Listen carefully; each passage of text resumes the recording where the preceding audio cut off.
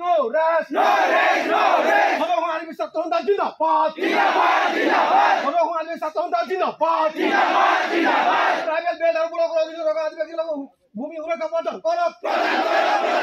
Tribal belt আর পুরো করে দিল টাকা দিবে কি মাটি উড়ে কাপড় করব। আদিবাসী সকল বেআইনি নামজারি না চলিব। অবৈধ নামজারি কত করব। We want justice. চাহ বাগানৰ জনজাতিসকল আদিবাসীসকল আৰু চাওতাল এওঁলোক যদি কাৰোবাক মাটি বিক্ৰী কৰিব লাগে তেতিয়াহ'লে এইটো ডিচিৰ পৰা NOC এখন ল'ব লাগিব আৰু সেইটো ৰেজিষ্টাৰ দলৰ জৰিয়তে কিনা বেচা হ'ব আৰু তাৰ অবিহনে সেইটো ইলিগেল বুলি ধৰা হ'ব। কিন্তু আমি চাৰ্কল অফিচত দেখিবলৈ পাইছোঁ জমাবন্দী যেতিয়া আমি চাওঁ তাত খৰিত সূত্ৰে দখল সূত্ৰে এনেকুৱা কিছুমান মন্তব্যত লিখা থাকে কিন্তু তাত ডিড নাম্বাৰ লিখা নাথাকে। যিহেতু ডিড নাম্বাৰ নাই মানে সেইটো ৰেজিষ্টাৰ দল হোৱাই নাই। তো তেনেকুৱা আমি বহুত ইয়াৰ ডাটা আছে আমাৰ মাজত আৰু অলৰেডি আমি উপায়ুক্ত মহোদয়ক আমি দিছোঁ এইটো ইনকুৱাৰী কৰিবৰ কাৰণে। কিন্তু আজি এই ধৰ্ণাৰ জৰিয়তে আমি CMক এখন স্মাৰক পত্ৰ দিবলৈ বিচাৰিছোঁ আৰু এই নাওবৈচা চাৰ্কল অফিচত 88টা বেল্ট আছে ইয়াত মানে 80% মাটিয়ে ট্ৰাইবেল বেল্ট এণ্ড ব্লকৰ অন্তৰ্গত। তো বাকীখিনি মানুহ যিখিনি মাটি কিনিব পাৰে কিন্তু NOC ল'ব লাগিব। কিন্তু আমাৰ মাটিখিনি আমি প্ৰায় ধৰক 60টামান গাঁৱত আদিবাসী জনবসতি মানে 80% আছিলে আৰু যিহেতু আমি জানো যে আমি আমাৰ মানুহখিনি বাগান এই জংঘল চফা কৰিছে সেইটো আৰু স্বাভাৱিক কথা। গতিকে আমি ৰামপুৰ কেইটামান গাঁও কৈ দিওঁ আপোনাক বিলগড় ওৰাং বস্তি খ্ৰীষ্টান বস্তি 2 নং কুৱাডঙ্গা 1 নং বিজু পথাৰ খনাজান 1 নং কুৱাডঙ্গা অৰণ্য বস্তি বিলগড় ৰামপুৰ 2 নং ওৰাং বস্তি এনেকৈ কৰি 17খন গাঁৱৰ আমি ডিটেইলটো দিছোঁ। ইয়াৰ ভিতৰতে ওৰাং বস্তি যিহেতু কৈছে ওৰাং বস্তি মানে আমাৰ আদিবাসী মানুহবিলাকৰ ওৰাং টাইটেল তো সেইটো ওৰাং বস্তি গাঁও। তো আমি যদি তাত চাবলৈ যাওঁ এতিয়া ওৰাং মানুহ তাত নাই বেলেগ কিছুমান বিশেষ সম্প্ৰদায়ৰ মানুহে সেই তাৰ মাটি অকুপাইড কৰি পেলাই বেআইনীভাৱে অকুপাইড কৰিছে। তো সেইটো আমি দেখি পেলাই গম পাইছোঁ যে অনাগত দিনত আমাৰ মানুহৰ কাৰণে কিন্তু প্ৰটেকশ্যন নাই। যিহেতু সেই গাঁওখনেই ওৰাং বস্তি তাত যদি মানুহেই নাই ওৰাং মানুহ বেলেগে যদি বহি আছে সেইটো আমাৰ কাৰণে বহুত চিন্তাজনক কথা। সেইকাৰণে আমি ট্ৰাইবেল বেল্টে যিহেতু আমাক প্ৰটেকশ্যন দিছে আমাক সেই প্ৰটেকশ্যনটো লাগিব। তো সেইটো আমাৰ বিশেষ ডিমাণ্ড আছে যে ট্ৰাইবেল বেল্টৰ যিখিনি মানুহ আছে আদিবাসী তেওঁলোকৰ মাটিটো প্ৰটেকশ্যন দিব লাগিব। আৰু ইয়াত আৰু এটা কথা কোৱা হৈছে যিখিনি বেআইনীভাৱে মাটি নামজাৰি হৈছে বা দখল কৰিছে এটা ছেকশ্যনত লিখা আছে ইয়াত 165 উপধা 3 পথ লিখা আছে যে তেওঁ মানে অনুপযোগী NOC নোলোৱাকৈ লাগিলে যিমান দিনেই দখল নাথাকক কিয় তেওঁ উচ্ছেদৰ যোগ্য বুলি স্পষ্টভাৱে লিখা আছে। তো আমি এইকাৰণে কৈছোঁ যে আমাৰ যিখিনি লিগেলি লৈছে সেইটো আমাৰ ক'বলৈ একো নাই আৰু কোনোবাই লিগেলি ল'ব সেইটো ক'বলৈ একো নাই। কিন্তু ইলিগেল যিটো লৈছে আমাক এই ধাৰাবিলাক যেতিয়া আছে সেইটো আইনত পৰিণত কৰি আমাক মাটিখিনি ঘূৰাব লাগিব তেতিয়া আইন যেতিয়া আমাৰ কাৰণে আছে। লগতে আমি আৰু এখন ডিমাণ্ড এটা দিছোঁ ইয়াত নাওবৈচা ৰাজস্ব বিষয়া কাৰ্যালয়ৰ অন্তৰ্গত কানুনগো শ্ৰী জয় প্ৰকাশ টাইগাম প্ৰায় 9 বছৰ ধৰি ইয়াত কাম কৰি আছে। তেওঁ কৰ্মৰত অৱস্থাত তেওঁ নিজেও এজন ট্ৰাইবেল মানুহ হয় আৰু কিন্তু আমাৰ ওপৰত কিন্তু তেওঁ ট্ৰাইবেলৰ যিটো এটা হ'ব লাগিছিলে ধৰক মাটি কিনা এইটো অলপ প্ৰটেকশ্যন এটা দিব লাগিছিলে কিন্তু তেওঁ থাকোঁতে ইমান বেআইনীভাৱে নামজাৰি আছে সেইটো আমাৰ ডাটা আছে সেইটো আমি দিম। তো আমি ভাবিছোঁ তেওঁ ইয়াৰ পৰা ট্ৰান্সফাৰ হ'ব লাগে বেলেগ এজন কানুনগো ইয়াত মানে নিযুক্তি দিব লাগে।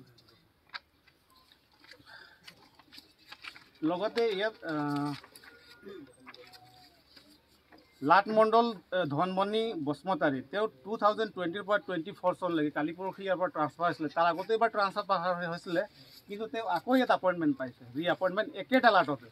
তো এজন মণ্ডল একেটা লাটত কেনেকৈ বাৰে বাৰে ট্ৰান্সফাৰ পাব পাৰে। তো আমাক এটা সন্দেহ হৈছে যে তেওঁ 2020 চনৰ পৰা 24 চনলৈকে যেতিয়া আছিলে আৰু আমাৰ ওচৰত ডাটা আছে আমি যদি জমাবন্দী চাওঁ তেতিয়া পাম। তো তেওঁৰ নিশ্চয় কিবা এটা আছে সেইকাৰণে তেওঁ আকৌ ইয়াত ট্ৰান্সফাৰ পাইছে একেটা লাটতে। তো আমি ভাবিছোঁ তেওঁৰ ওপৰত এটা তদন্ত হ'ব লাগে তেওঁৰ কাৰ্যকালত যিখিনি ভূমি বেলেগৰ নামত নামজাৰি হৈছে যিখিনি ইলিগেল নামজাৰি বা লিগেল নামজাৰি তদন্ত হ'ব লাগে। তো সেইটো আমি এটা দিছোঁ। লগতে বাগানৰ এটা দাবী আছিলে যে যিহেতু CM ছাৰে কৈছে যে বাগানৰ শ্ৰমিকবিলাকৰ যিটো আৱাস গৃহ আছে শ্ৰমিক লাইনৰ সেইটো তেওঁলোক এলটমেণ্ট দিম বুলি কৈ আছে কিন্তু আৱাস গৃহৰ মাটিটো এক কথাই মাত্ৰ থাকে মাত্ৰ গৃহটো।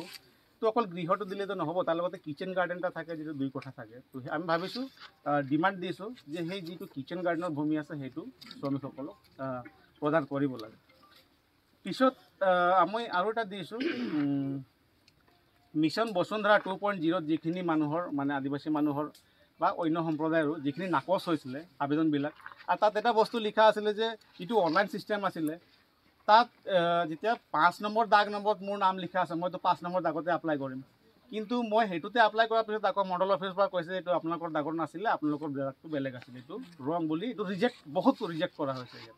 তো আমি কৈছোঁ এইবাৰ সেইখিনি নথিবিলাক ক্লিয়াৰ কৰিব লাগে আৰু যাতে মানুহখিনিৰ অসুবিধা নহওক, চবেই মাটি পাওক, সেই চিষ্টেমত নথিবিলাক ক্লিয়াৰ কৰিলে ভাল হয়। আকৌ আমি 3 নম্বৰ কৈছোঁ, যিখিনি বাগানত এটা মাটি আছে য'ত নেকি ধৰক আপোনাৰ আজি 60-70 বছৰ ধৰি মানুহবিলাক বসবাস কৰি আছে, কিন্তু সেইটো এৰিয়াত বাগান খেতি নাই, কিন্তু সেইটো এতিয়াও কোম্পানীৰ নামত চাহ ম্যাদী বুলি মানে ম্যাদী হৈ আছে। তো সেই চাহ ম্যাদী যেতিয়ালৈকে নাথাকে আমাৰ মানুহখিনি সেই মাটিটো আবেদন কৰিব নোৱাৰিব।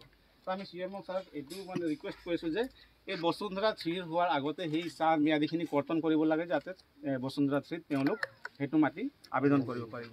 তো এইখিনি আমাৰ আছে ডিমাণ্ড। লগতে লাষ্ট এটা আছে ভূমি নীতি 2019, তাত স্পষ্টভাৱে কোৱা আছে যিখিনি চিলিং অতিৰিক্ত ভূমি, সেই ভূমিখিনি বাগানৰ শ্ৰমিক যিখিনি আদিবাসী আছে তেওঁলোকক দিবলৈ প্ৰথম পৰ্যায় মানে দিয়া হ'ব।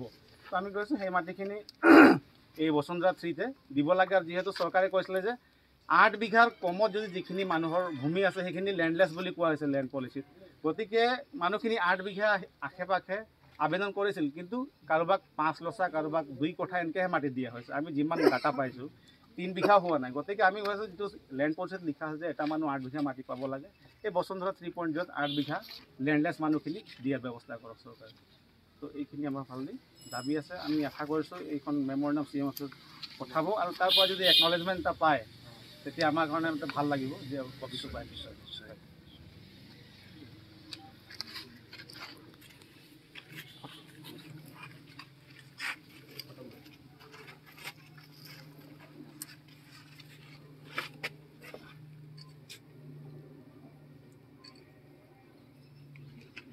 সকলৰ পৰা এইখিনি যিখিনি দাবী আপোনালোকে গ্ৰহণ কৰিছে, মই চক্ৰ বিষয়াৰ কাৰ্যালয় আৰু জিলা প্ৰশাসনৰ পৰা মই আশ্বাস প্ৰদান কৰিছোঁ এইখিনি যাতে মই শীঘ্ৰে মাননীয় মুখ্যমন্ত্ৰী ছাৰলৈ এইখিনি প্ৰেৰণ কৰিব।